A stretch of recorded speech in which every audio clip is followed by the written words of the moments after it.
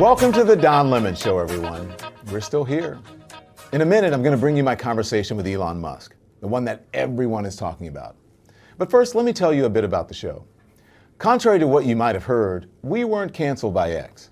Yes, after months of begging me, wooing me to offer some exclusive content on his platform, Elon Musk decided to scrap the deal. But our plan is, and always has been, to release this show everywhere, on YouTube, on Spotify, on iHeartRadio. Just about any place you stream content. Now for my conversation with Elon.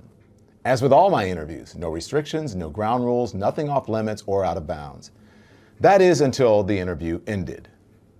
So what went wrong? I don't know. But my hope is that you learned something about both Elon and me, two people who come from completely different vantage points on almost every single issue. And I challenge you, Elon, to watch the whole interview and tell the world why this isn't what you claim you want on X. Thank you for inviting us here.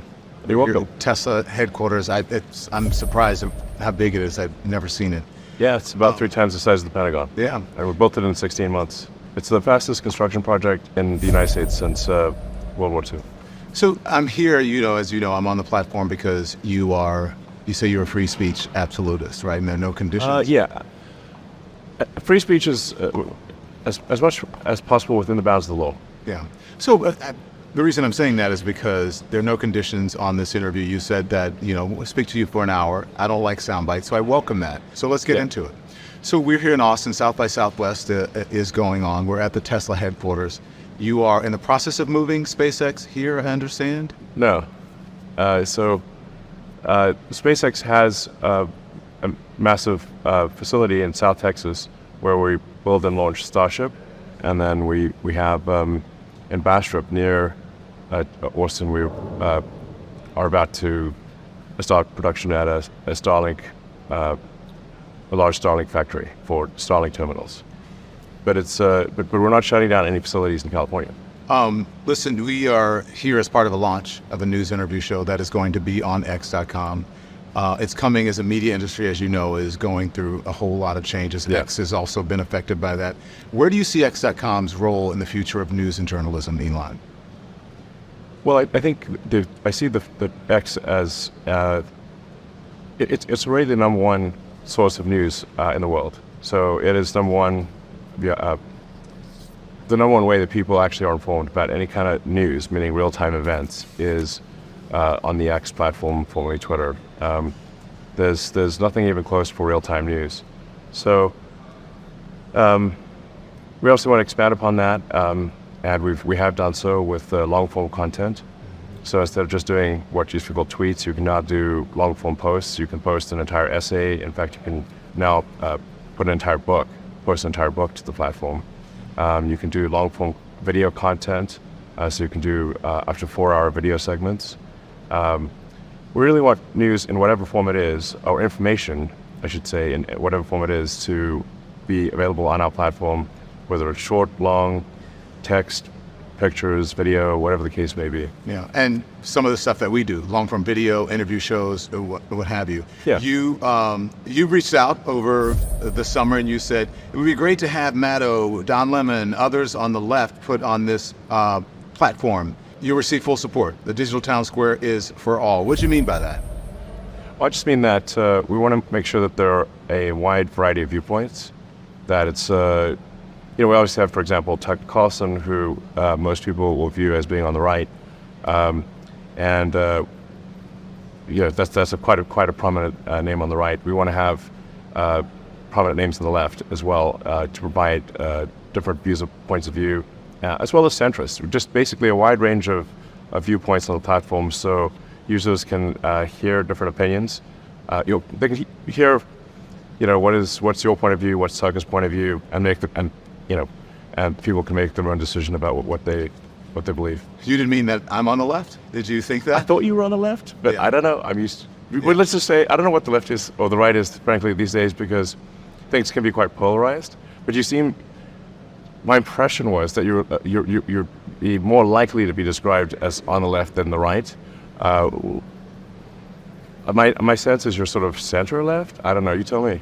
Well, Did you ever watch me on CNN, or did you watch? I saw I saw segments. Yeah. But CNN is generally considered left. Yeah. Why do you say that? Why do I say CNN is generally considered left? I think if you look at any sort of media survey of what is on the left or right, I think they would say, like, for example, Fox is on the right and CNN is on the left. Yeah. So that's what is it? Am I missing something here? Okay.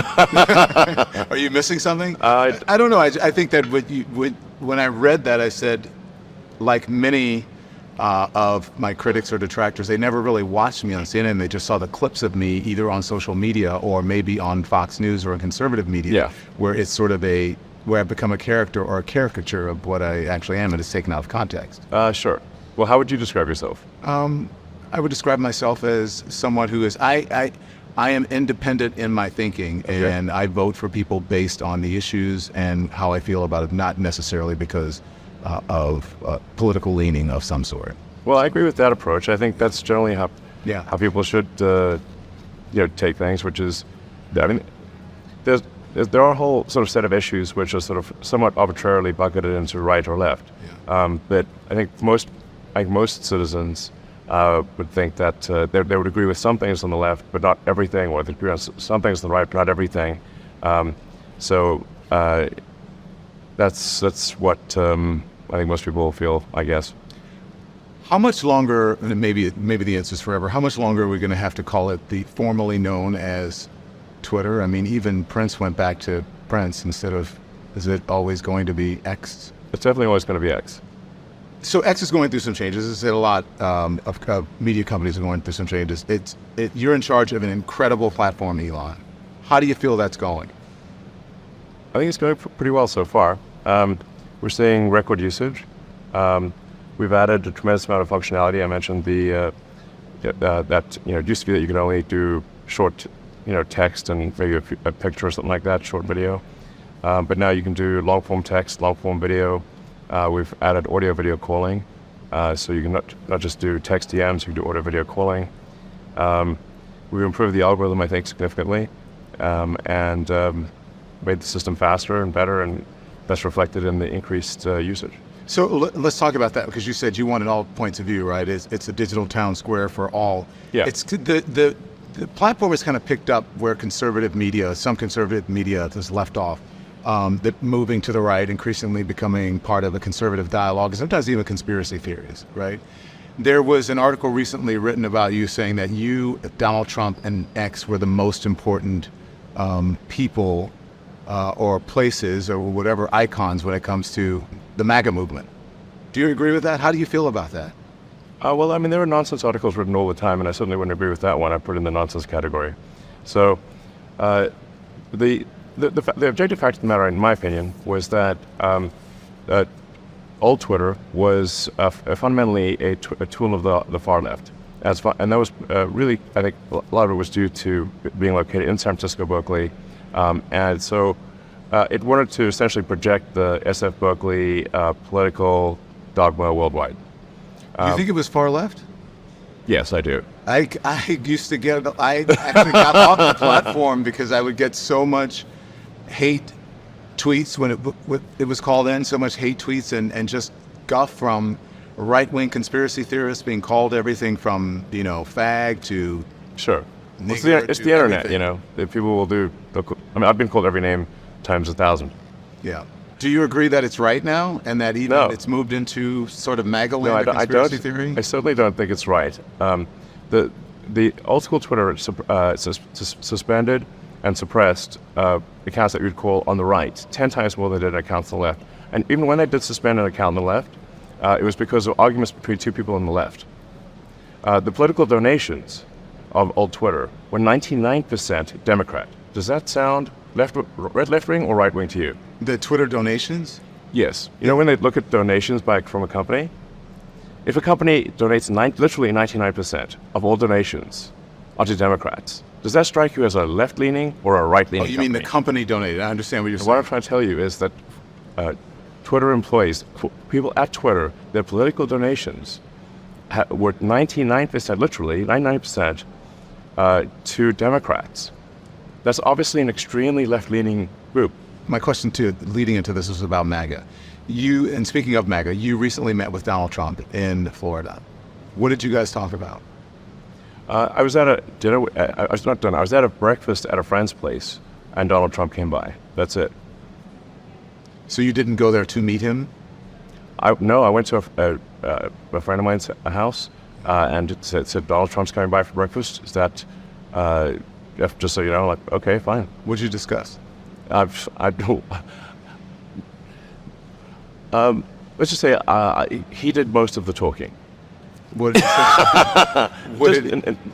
The normal things he says. There was nothing particularly groundbreaking or new, but he, President Trump likes to talk, and so he talked. I don't recall him saying anything that he hasn't said publicly, and that was it. It was just a breakfast. Did he ask you for money? He didn't. Did he ask you for a donation? No. He didn't. No. You said you're not going to donate to any candidate. That's correct. Why not? I think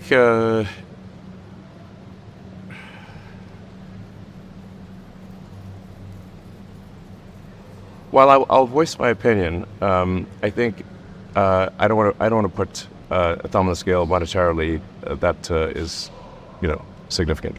Are you going to loan him money to help pay his bills? No, Not at all. Pay his legal bills.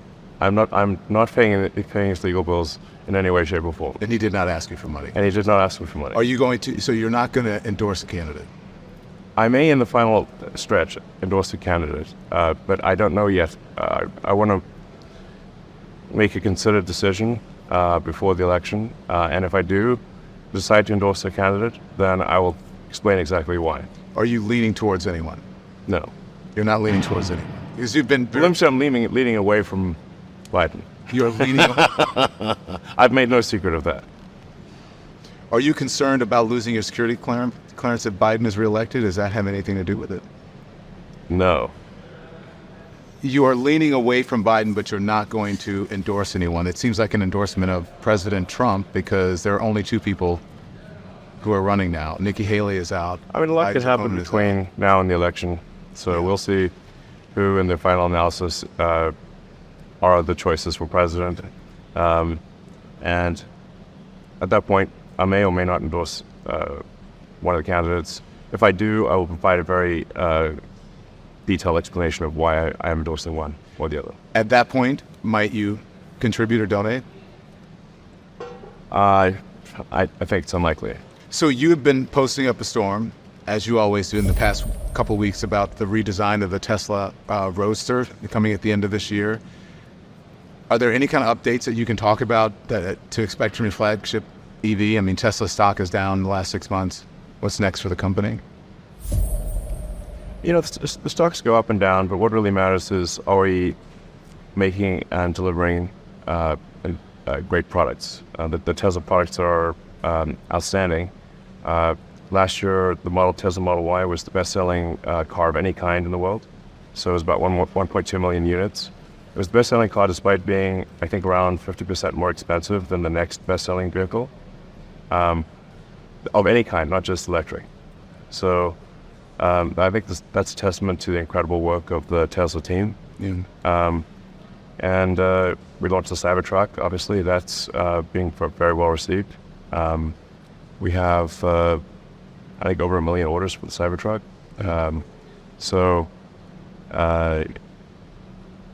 It's a really special product. That is, I think the Cybertruck is one of those products that comes along really once in several years, maybe once a decade. A Cybertruck is a once-a-decade product. It is so special, and I think it's our best product.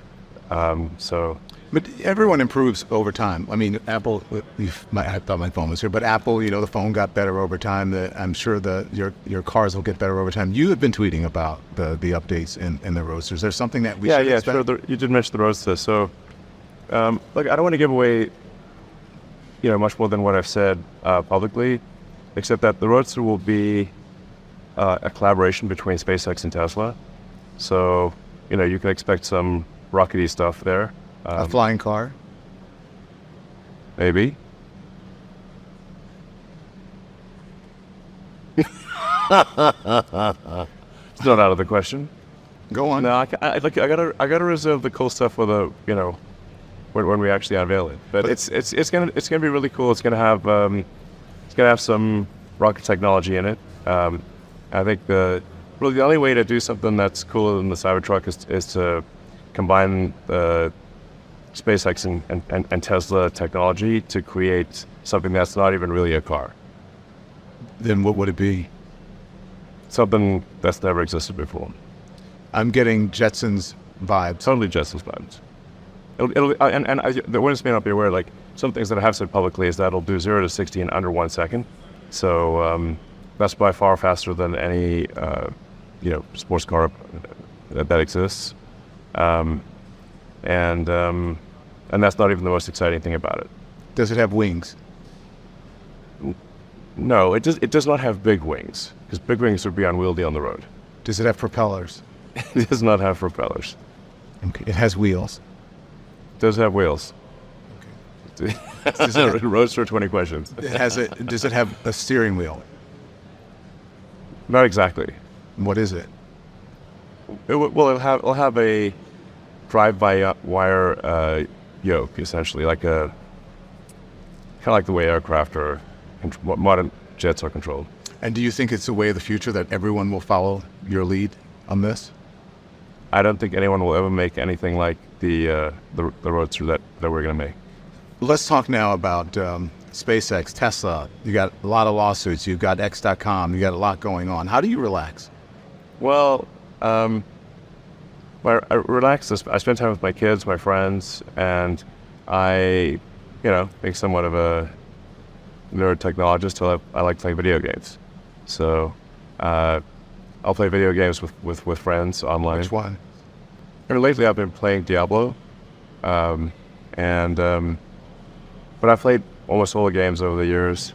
A long time ago, I was like semi-pro good at Quake. This is really dating me because we're talking about like 25 years ago. I don't know video games. I just know that my great nephew loves Fortnite and some other stuff. He's always with the headphones and doing the thing. So that helps you relax, right? So yeah. And the nice thing is if you've got friends in different cities and they're playing the same game, you can both go online at the same time and play the game together, even though you're in different cities. Listen, I'm not asking you anything that anyone else hasn't asked you about your controversial stuff that you tweet. You post a lot of controversial stuff. Is that considered blowing off steam?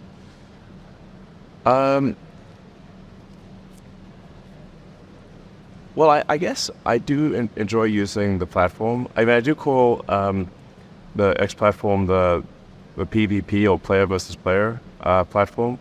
So in video games, there's player versus like environment, where you're not playing against other people, and then there's PvP, which is like hardcore. You're actually playing against other people, and but that's blowing off steam for you. Yeah. Yes. It is to some degree, not always. I mean, obviously I use it for to post jokes, to post sometimes trivia, sometimes things that are of great importance. So you do a lot of it at night, like late at night. So when you're doing this, are you sober when you do it? Almost always. Are you under the influence of anything? No, I don't drink. I don't really. No. So you got no drink, no smoke, no nothing. I mean, you smoke pot with Rogan. I had one puff. Yeah. I think anyone who smokes pot can tell I don't know how to smoke pot. But you've admitted that you have a ketamine prescription. Yeah. What's that for? Well, I mean, it's pretty private to ask somebody about a medical prescription, Yeah. But I think it's something I'd say, like, there are times when I have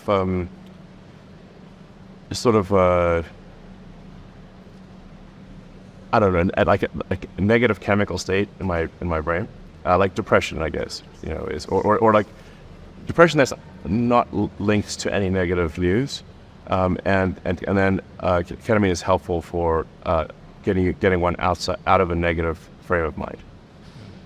Well, listen, So I in fact, I generally, obviously I'm not a doctor, but I would say if someone has depression issues, they should consider talking to their doctor about ketamine instead of SSRIs. Listen, I think that ketamine and drug therapy is increasingly becoming more in the mainstream. Yeah. Do you think you're doing it under a doctor's care, right? Yeah. Literally a prescription from an actual, a real doctor, not like, Yeah. But do you feel like you ever abuse it? I don't think so. If you use too much ketamine, you can't really get work done. So I have a lot of work. So I'm typically putting in 16-hour days.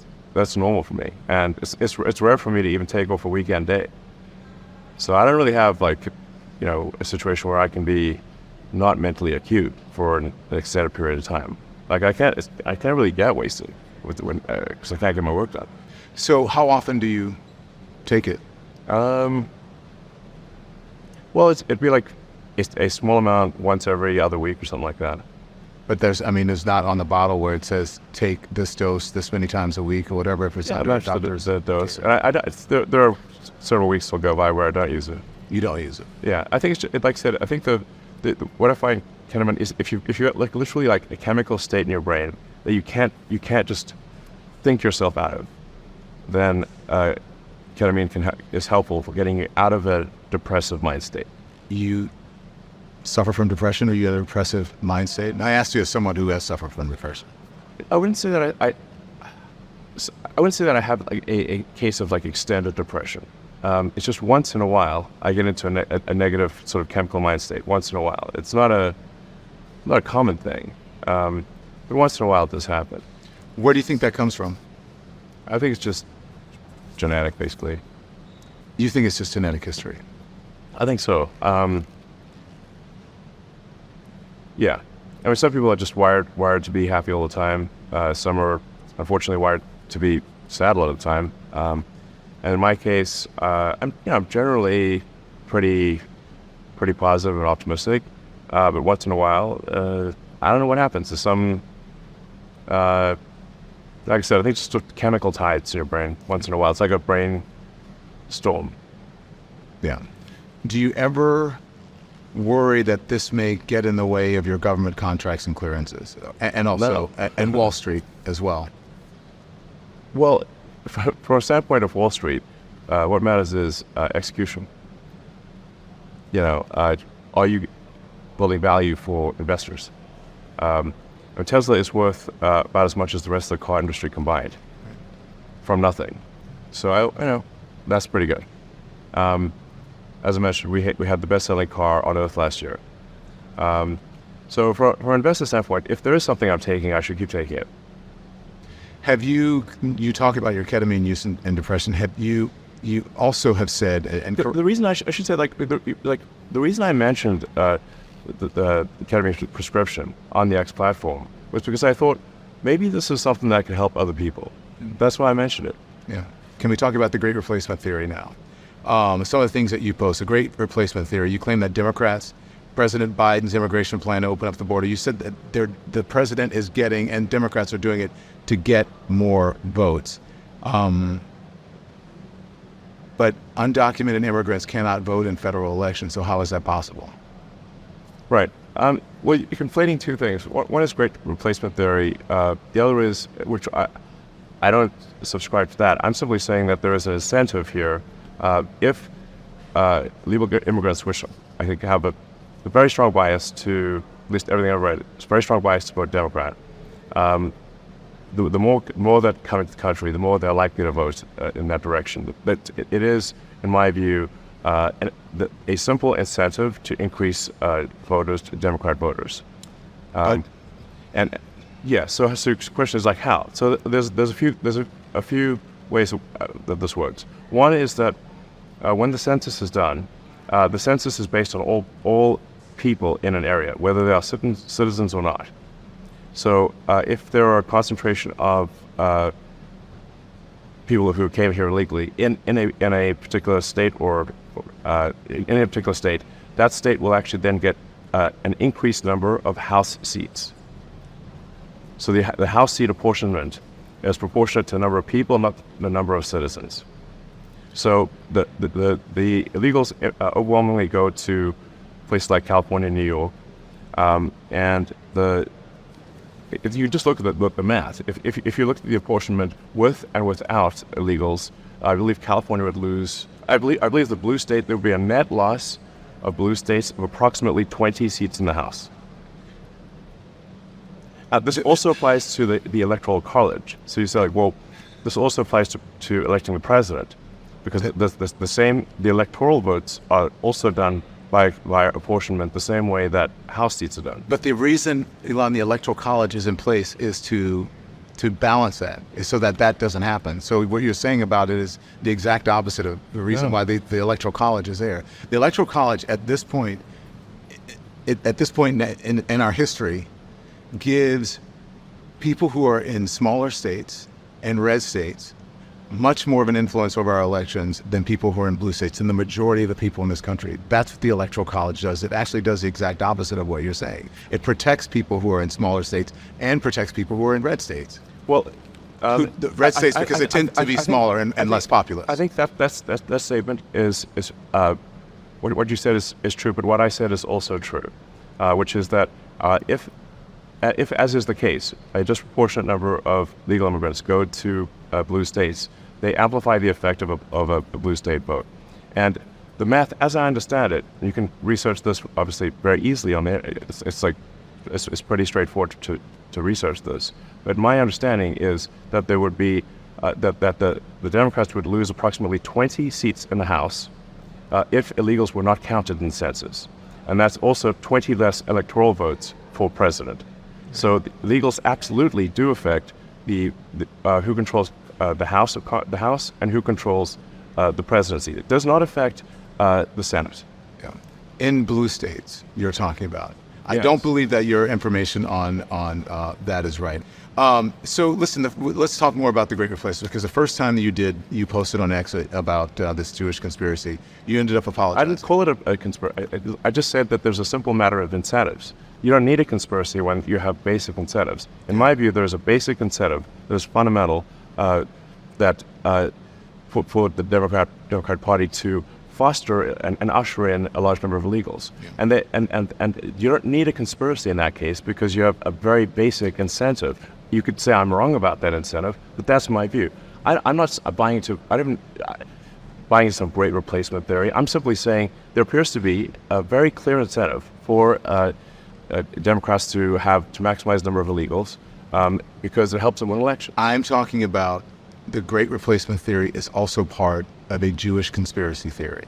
And when you did the tweet, or you responded to the tweet about that, you ended up apologizing, and which I think is, it's good that you ended up apologizing. You went to Auschwitz with Ben Shapiro. Yeah. Right? So you said you learned your lesson. What did you learn? I said I learned my lesson. You said you learned your lesson when you apologized, and you said you went to Auschwitz. You saw what. No, I was already aware of these things, and the nature of my comment that really inflamed people. What I was trying to say, and I did very quickly clarify. This is what I'm saying: is that a number of prominent Jewish philanthropists fund groups that they should really take a closer look at funding, because some of the groups they fund, I think, are anti-Semitic. Yeah. Do you understand the connection between the two? There's a connection between, you said Democrats, the Great Replacement theory, but when it comes to the actual Great Replacement theory, originally it was started about Jewish people, as you said, flooding in the country, and then now people are using it for Democrats, saying the same thing about Democrats, flooding. In my view, it's a simple matter of incentives. Yeah. I actually don't see an incentive for Jewish people to want to have legal immigration. I don't think there is such an incentive. Yeah. The Great Replacement theory is a neo-Nazi trope. It's in the Neo-Nazi Manifesto. It's in the Turner Diaries. It's referenced by the Buffalo mass shooter in his manifesto, where 10 people, black people, were murdered in Buffalo. It's the actual title of the Christchurch Shooters Manifesto. 51 people in the Muslim mosque were murdered. 23 people murdered in El Paso by a shooter who used the same language that you use in that manifesto when you say Hispanic invasion. Is that not? I didn't say an Hispanic invasion. And you quoted a tweet that called it a Hispanic invasion. If I quote something, it doesn't mean I agree with everything in it. It's just something that I think this is something worth people should consider. Why would you quote something that you didn't believe in? Because anything I quote is going to have a whole range of statements. Doesn't mean I agree with everything in it. Do you think if you moderated yourself more, if there was better content moderation on the platform, that you wouldn't have to answer these questions from reporters about the great replacement theory as it relates I to don't have to Democrats, answer these the questions. great replacement theory as it relates to Jewish people? Do you think that? I don't have to answer questions from reporters. Don, the only reason I'm doing this interview is because you're on the X platform and you asked for it. Otherwise, I would not do this interview. So you don't think? Do you think that you wouldn't get in trouble, or you wouldn't be criticized for these things? I'm or criticized that constantly. I could care less. you don't care? No, I don't. Why not? I don't think people should care what the media thinks about them. They're terrible judges of character. Even someone who has one of the biggest social media and biggest information platforms in the world, you don't care? You don't think that you have any X.com or you have any responsibility to the truth or moderating the platform? You're conflating the truth with the media, and I think the media is not truthful. Well, not with just the media. I mean, just the truth in general. I care about the truth very much. That's why we have, for example, community notes on the X system, where in order for a community note to surface and provide corrective information about what somebody posts, and my posts are equally subject to this. I've been community noted many times. In order for a community note to surface, people who have historically disagreed must agree in order for a community note to surface. And all of the code for community notes is open source. All of the data is open source, so you can completely recreate it from scratch. The way to build trust is transparency. I have noticed community notes. I think that you are right about that, and I do think community notes are helpful. I think any type of content moderation, I do think that's helpful. You recently called content moderation, though, a digital chastity belt. Do you think that you believe that X and you have some responsibility to moderate hate speech on the platform? I think we have a responsibility to adhere to the law, and we have a responsibility to be transparent about when things are shown, why they're shown. That's why we open source our algorithm. I think once you start going beyond the law, now you're putting your thumb on the scale. And we don't want to put our thumb on the scale. It doesn't concern you that hate speech has gone. Research shows that it's gone up on the platform since you took over. That's not concerning to you? I believe that is false. In fact, the research that I've seen says it went down. The study from the Institute of Strategic Dialogue found that anti-Semitic tweets doubled from June 22 to February 2023. One study reported that as many as 86% of the posts reported for hateful content remained up after being reported. Hate speech on the platform is up. So what they will typically do is they will count the number of posts, but not count the number of views. So what matters is, was that post given high visibility, or what did like one person see it? And if you look at the number of views of how many times was hate content viewed on our platform, it is down substantially. Yeah. Well, that's not what the study shows. And you said you like transparency. I'm going to show you this. And Don, you can get a study that will tell you whatever you want. But these are just a handful of extremely. You look at those anti-Semitic and racist tropes and tweets, and as of this morning, they're still on X. And from your own content policy, these posts should have been deleted. So why haven't they been deleted? Why are they still there? Did you? We delete things if they are illegal. But these have been up there for a while. Are they illegal? They're not illegal, but they're hateful, and they can lead to violence. As I just read to you, the shooters, in all of these mass shootings, attributed social media to radicalizing. So Don, you love censorship, is what you're saying? No, I don't love censorship. Then why are you asking? I believe in moderation, but I don't believe in censorship. Moderation is a propaganda word for censorship. But don't you think free speech is one thing, right? Or not, Look, if something's illegal, we're going to take it down. If it's not illegal, then we're putting our thumb on the scale and we're being censors. You're putting your thumb on the scale for moderating hate speech? I mean, you don't put out child pornography. That's not... It's illegal. Some people would say that's considered censorship. I'm just saying, you... No, Don, I literally said, if something is legal, okay, we will obviously remove it. Okay. But if it is not legal, the laws in this country are put forward by the citizens. We're a democracy. If those laws are put in place by the people, we adhere to those laws. Okay, And we adhere to the agreed. laws of others. If you go beyond the law, you're actually going beyond the will of the people. Okay, agreed with the law. But if you are doing something that promotes hate and violence and ultimately leads to killing, you don't feel you have any responsibility not to do that? When the people who are doing it admittedly are saying... There's articles all the time that lead to violence and killing. Don't they? Shouldn't they? Like, you're applying a differential standard to. But that would never be in mainstream media. These types of images, that type of language, those things would never be. We'd never, when I was in mainstream media, we'd never promote things that would be anti-Semitic. We would never promote things that would. Anti-Semitic either. Did you not see those? You said promote. If content is on the platform, that doesn't mean we promote it. But that wouldn't be on a platform for mainstream media at all. No, but you can think of that. That's because the mainstream media has like, whatever, 20 articles a day. We have 500 million posts a day. Okay, 500 understood. million. Does it bother you? How do you feel about that when you see it? I obviously disagree with that. I think it's not good at all. It's terrible. But you don't want to get rid of it on the platform, or at least moderate it. The rules. What you're suggesting is censorship that goes beyond the law. And what I'm saying is that we, I guess, have a disagreement, because I do not believe in censorship that goes beyond the law, and you do. We have a difference of opinion in that regard. I understand that, but these are your own rules on your own platform. These go against the rules on your platform. That's why I'm asking you. If you said, listen, we allow everything, but that's not what your content rules say. And that's why I'm asking you, why are they still there?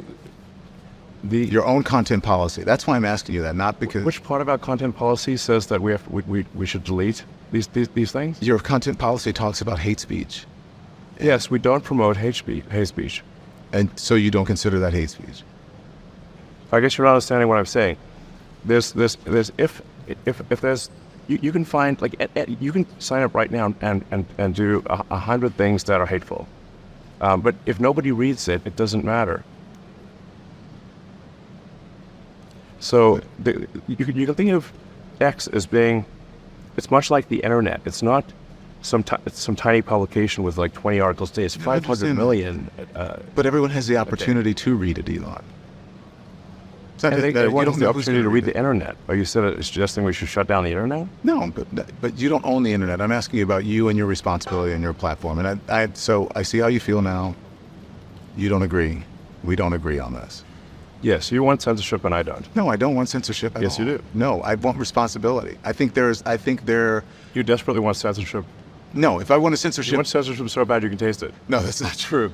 It's not true. I think that there's right and wrong. And I think that, you want censorship. And I think that when you have a platform that's as big as yours and as powerful as yours and as influential as yours, and you are a person of consequence to the world with what you do, that there is a certain responsibility that goes along with what you have on your platform and what you put out to the world. And I think that's important. You don't see that responsibility? I think we have a responsibility to adhere to the law, and if people want the law changed, they should talk to their elected representative and get the law changed, and then we will adhere to the law. Okay. But if you want us to go beyond the law, that is us deciding to be censors. And I'm against censorship. I'm in favor of freedom of speech. Yeah. And freedom of speech only is relevant when people you don't like say things you don't like. Otherwise, it has no meaning. But I do think that there should be guardrails. And I believe in free speech as much as you. I would fight. I don't disagree. I don't agree with a lot of what you put out on social media, but I will fight for your right to be able to say it. Great. Yeah. Okay, so listen, let's talk about diversity, equity, and inclusion, all right? That's been a target of yours lately on X. There was a repost of Ben Shapiro that you claim that DEI is killing people. Specifically, you point to medicine. You claim that DEI programs are putting people at risk. Do you really believe this to be true, and what evidence do you have to support it? What I was referring to there was that if we lower the standards for doctors, such so that they, if the test for a doctor is lowered, then the probability of them making a mistake and killing someone is obviously going to be higher. Wait, say that again. I'm not sure I understand what you said. I want to make sure I understand what you're saying. Yes, if the standards for passing medical exams and becoming a doctor, or especially something like a surgeon, if the standards are lowered, then the probability that the surgeon will make a mistake is higher. They're making mistakes in their exam. They may make mistakes with people, and that may result in people dying.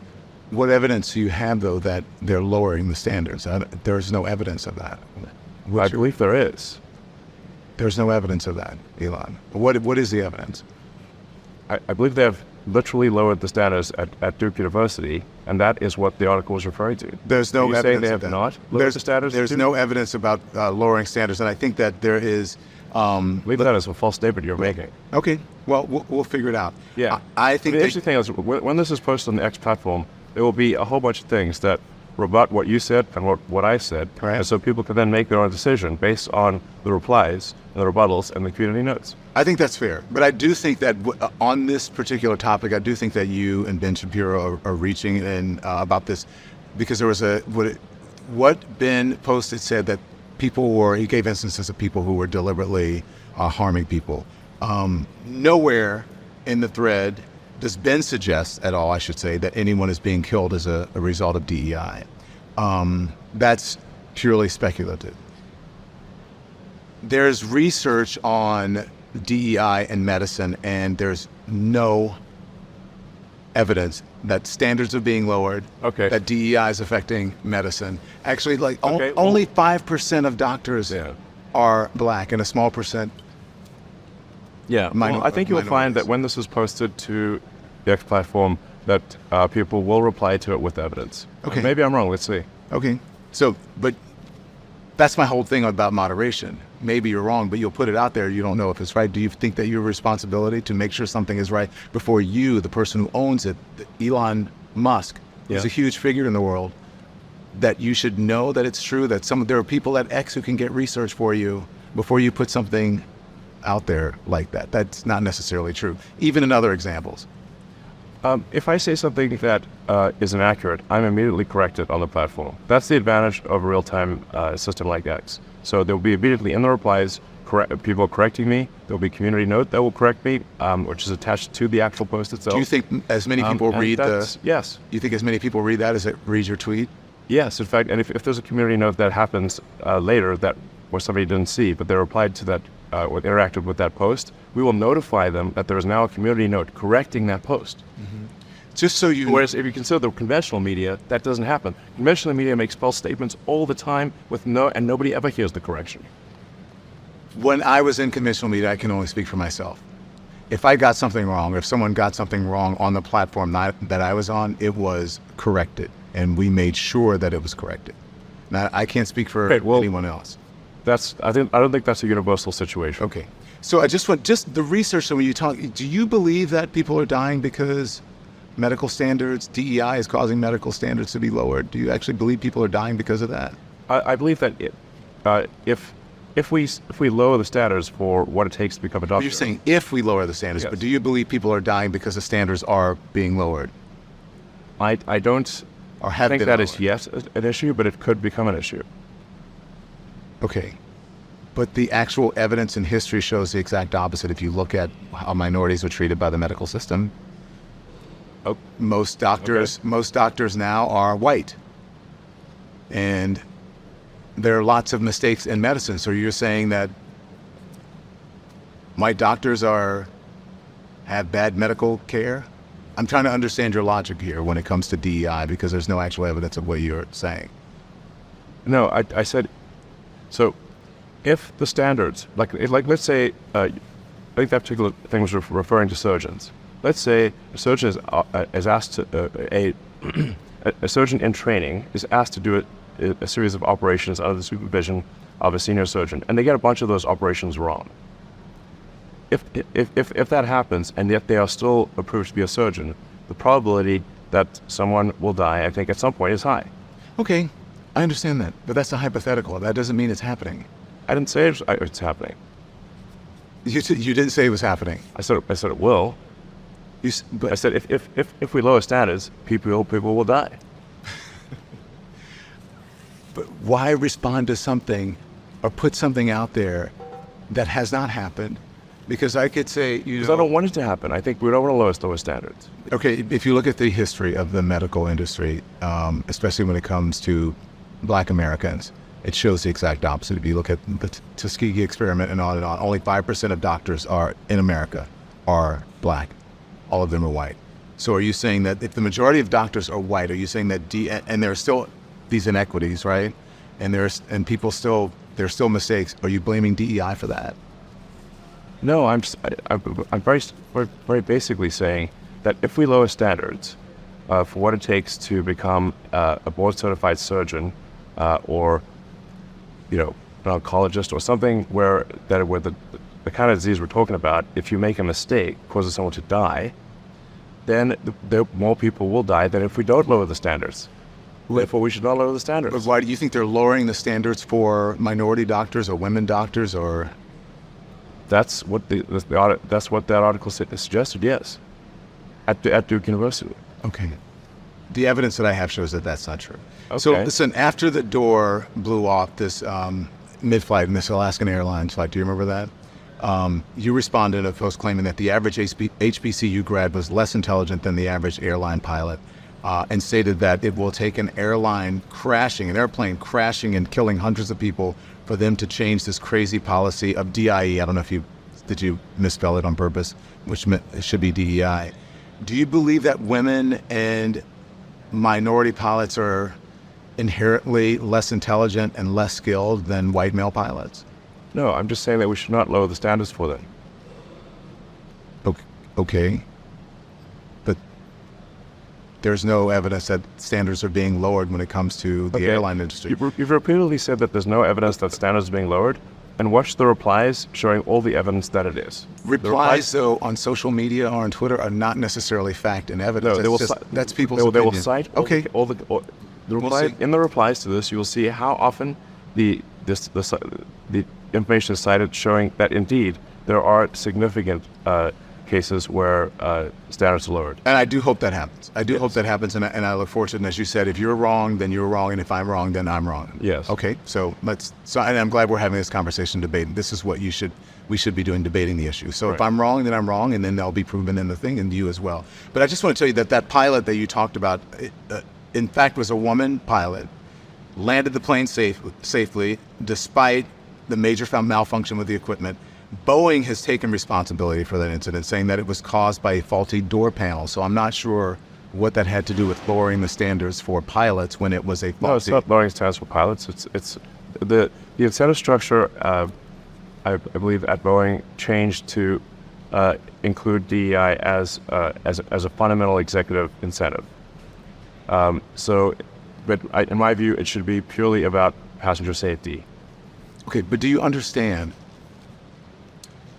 how by saying just that standards are being lowered, that you're implying that they're being lowered because people are less skilled and less intelligent, and you're talking about people of color and or women? Look, I'm saying we should not lower standards. But do you don't? That's it. I think everyone can agree that you shouldn't lower standards. Great. But you're implying that they're lowering standards because of people of color or women, because someone is not a white male. You're saying that they're less skilled and less intelligent. That's what you're saying. No, I'm not saying that. I'm simply saying that they are. Then why would they be lowering the standards? I don't know. Why are they lowering the standards? Just so you know, 5% of pilots are female, 4% are Black. So you're talking about this widespread takeover of minorities and women when that's not actually true. I'm not saying there's a widespread takeover. Well, you're saying that the standards are being lowered because of certain people. And you don't believe in DEI, right? Do you not believe in diversity, equity, and inclusion? I think we should treat people according to their skills and their integrity, and that's it. Do you know that studies show? Yeah, well, we can look them up. So your reaction to studies show, and I understand, right? Because I always like to point to an exact study, right? Sure. Something that is factual.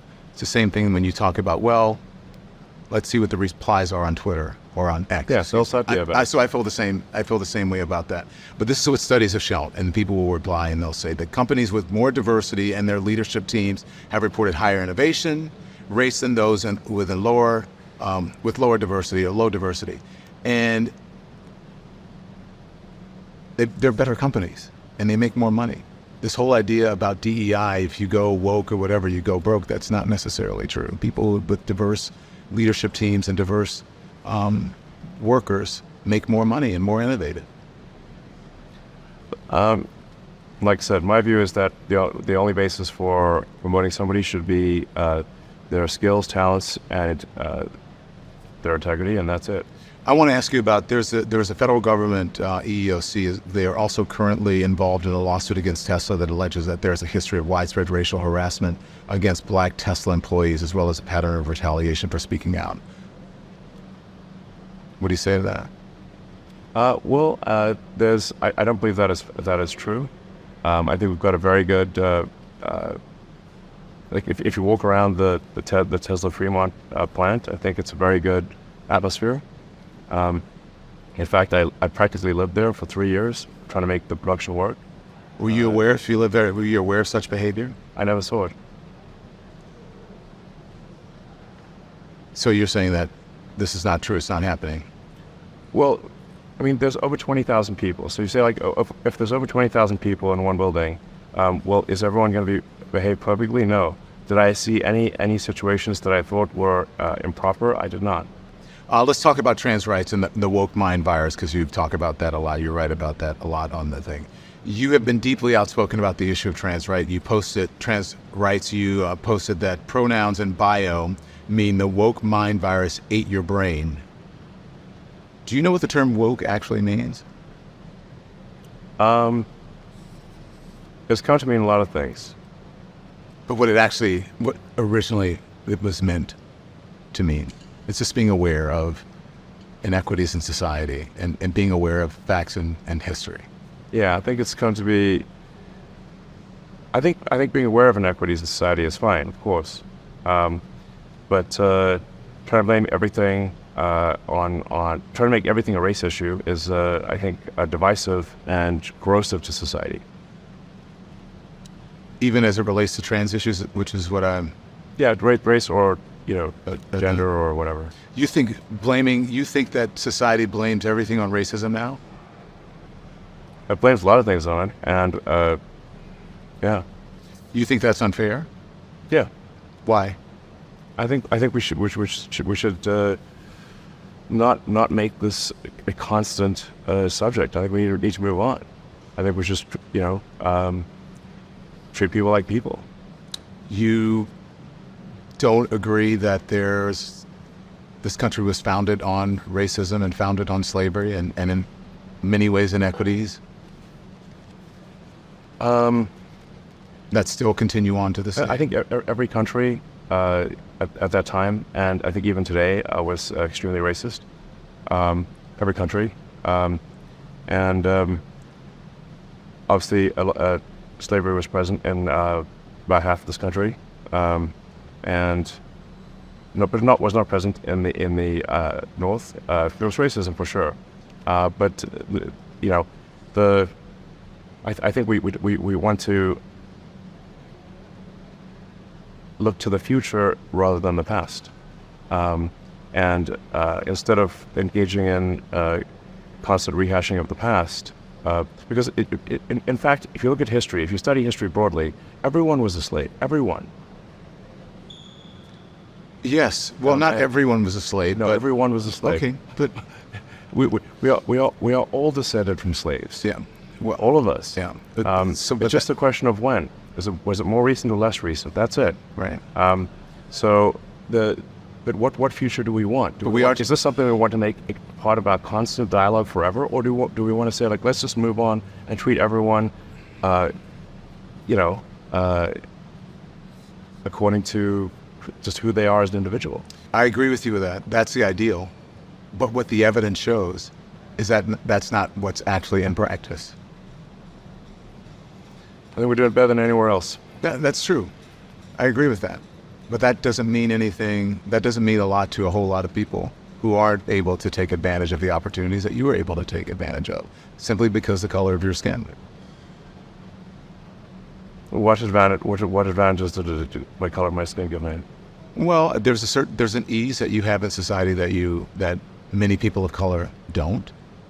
You were able to come to this country voluntarily. There are many people who were not able to come to the country voluntarily. There are people who came here as slaves. For me to come here. And there is a legacy of slavery that still continues on. There's a legacy of racism that still continues on in this country. That's undeniable.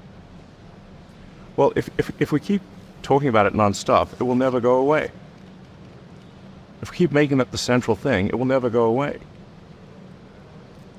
Well, why do you believe that? I think I'm just making a simple statement of fact. So I think we want to get away from making everything a race or a gender or whatever issue, and just treat people like individuals. Do you have any desire to understand what many people of color and even trans people, how they feel about this country and how they're treated in this country? If they say and they believe that they are treated a certain way in this country, why don't you believe them? You cannot have a situation where someone is a self-described victim, and they just get to be that because that's how they feel. I think that does happen in some cases, but not all cases. And I think that not understanding the history of the country, I think, is a real shame. Look, We should understand the history of the country and other countries. I've had incredible opportunities as a person of color. Right. But I've also You're doing very well. But I've also been discriminated against, and I know that I have. And I know that that's real. And for someone to say that that isn't happening, I should just move forward and not think about that and ignore the past, is insulting. I'm not saying it. Don, you keep putting words in my mouth. I'm not saying it's. I didn't say that you said it. I'm saying that we want to. We as a country should move beyond questions of race and gender, and we should treat people like individuals and base our opinions on them on the, their character and their skills. I don't think that anyone will disagree with that. Exactly. All I'm saying is that that's not happening and is not equal for everyone. That those opportunities don't happen for everyone. And I am a living example that they don't. I know that they don't because I live it. You've been incredibly successful. I have been, and in spite of it all. But I know what I know.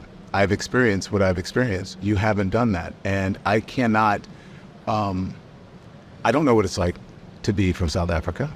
I don't know what it's like to be a white man. I don't know what it's like to be a woman. I don't know what it's like to be a Latino person. I don't know that. So I wouldn't speak for them and just say, you need to move on. That's not for me to say. I believe that it would be great if the country could live up to that ideal. You think that everyone has the same opportunities in America, regardless of their background and ethnicity. Do you agree? No, I don't think everyone has the same opportunities. Okay. So when you let's talk about trans rights. When you decided to talk about the trans rights movement, you said that it was a woke mind virus. Why do you believe the trans rights movement is a woke mind virus? What do you mean by woke mind virus? Woke mind virus is when you stop caring about people's skills and their integrity, and you start focusing instead on gender and race and other things that are different from that. I think the woke mind virus is fundamentally racist, fundamentally sexist, and fundamentally evil. Okay. And we've got a little bit more time, so yeah. You choose your question. Okay, okay, thank you for that. But I would appreciate you answering these. I think it's important that we're doing this. I think it's important to the world to hear this, especially what's going on in our country. The reason I ask you, listen, there are a whole lot of things that people maybe have questions about when it comes to transgender people. Even people who are part of the LGBTQ plus community have questions about that. But if you are a free speech absolutist, right? And that is part of the First Amendment. Also, the freedom of expression falls under that First Amendment as well. So why can't people choose to identify with the gender that they feel comfortable with, or use a pronoun? Isn't that part of freedom of expression? I guess no. They can ask others to do whatever they feel. They can ask others to do anything. It's a different question whether they mandate that others do that thing. Okay. Let's talk more about free speech and for advertisers, right? Because all this controversy, I believe, as you know, has made X less appealing to advertisers. About half of them have left the platform. You call advertisers that left X.com. You said they were oppressors. You've even gone as far as saying it publicly that they can go F themselves or go fuck themselves. If they're going to force censorship on the company before advertising, then obviously I find that unacceptable. You find it unacceptable. Why is that not a form of free speech? They are free to advertise where they want. They're not beholden to, they're not obligated to advertise they're not obligated. on X.com. Right. So how is that not free speech? Whereas the other platforms will censor on behalf of advertisers, the X platform will not. Okay. So, but you think you don't think it's okay for them not to advertise with or have their content or their advertisement next to something that is anti-Semitic or that is a different question. You can absolutely choose where next to which content do you want your advertising to appear. Absolutely, of course. Mm-hmm. And we have, I think, very good ad placement controls in this regard. Yeah. So you said if they kill the company, it's them.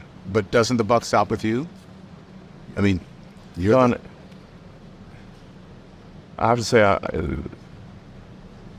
choose your question carefully. There's 5 minutes left. okay, but so Is this the question you want to ask? the same question is you said that they are killing the company, but you're the head of the company. The buck doesn't stop with you?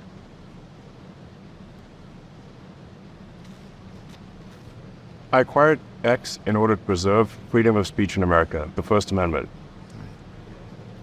And I'm going to stick to that. And if that means making less money, so be it.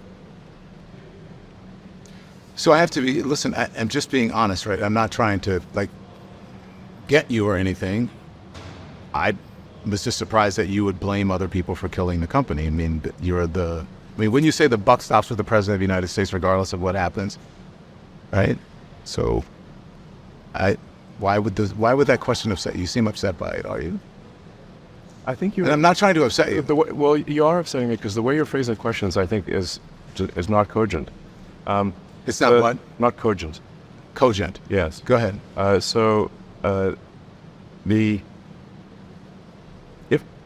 If given a choice where an advertiser is saying you have to censor all this content on the platform, irrespective of where their advertising appears, then our answer will be look, you can choose where you want your advertising, what you want your advertising to appear next to, but you can't insist on censorship of the entire platform. And if you insist on censorship of the entire platform, even where your advertising doesn't appear, then obviously we will not want them as an advertiser. So what would you say to advertisers who have left the platform or who are considering coming back or not coming back? What would you like to say to them? Well, first of all, almost all of our advertisers are coming back to the platform. So it's a very short list of advertisers who are not coming back to the platform. And our advertising revenue is rising rapidly. And our subscription revenue is rising rapidly. And I feel very optimistic about the future of the X platform. Okay. Listen, honestly, I'm not meaning to offend you. You're an intense person. Where does that intensity come from? I was born that way. And I had a tough childhood. You did? So, yeah. How so? Right, Walter Isaacson goes into it in the book, and we only have a couple minutes left, so All right. too long to describe. So there are 1 or 2 questions I can do, and then we'll have to call it. Right. Okay. Again, I don't mean to upset you. Why are you just... No, I have a whole room full of people waiting to meet with me. Okay. So we're just going over time. Okay. All right. I understand that. So when you talk about, you said you were born that way. Is that, did you think that the way that you see the world has to do with your relationship with anyone, perhaps your father or someone in your family? I think we're all affected by the people we grow up with. My aspiration is to do whatever it takes to extend consciousness into the future. That's my goal. To make life multiplanetary as part of extending consciousness into the future. Have the past few years, and considering everything that's gone on, has it been difficult for you and your family life? It's been okay. So then, how do you see your legacy, Elon? How do you see how people see you in the? First of all, I say that if I died knowing that I did what was right, or did my best to do what was right, and even if in the history books they said I did wrong, I would still feel okay about that. I care about the reality of goodness, not the perception of it. I think we should view civilization as tenuous, as fragile. If you do study history broadly, you'll see that there's a rise and fall to civilizations. They don't always go up. So we should do everything we possibly can to preserve and extend civilization as we know it, and improve it, to become more enlightened over time. And we therefore want to address civilizational risks. We want to make sure that we don't have, for example, demographic collapse, which is the case in a lot of countries, just very low birth rate. We want to avoid World War III, anything that is a civilizational risk. That's what I care about, civilizational risks. How do we extend consciousness into the future such that we are able to better understand the nature of reality? That's what I care about. That's my motivation. I know you have to go. If you'll just give me, I'll do a rapid fire thing here. Is there anything that you would change about anything that you've done in your life, in the past or recently? I've made many mistakes over the years. If I had a time machine, I'd go back and fix them, but I don't have a time machine. Thank you, Elon. Thank you. I appreciate it. Thank you so much. So that's it. And as Elon would say, you be the judge.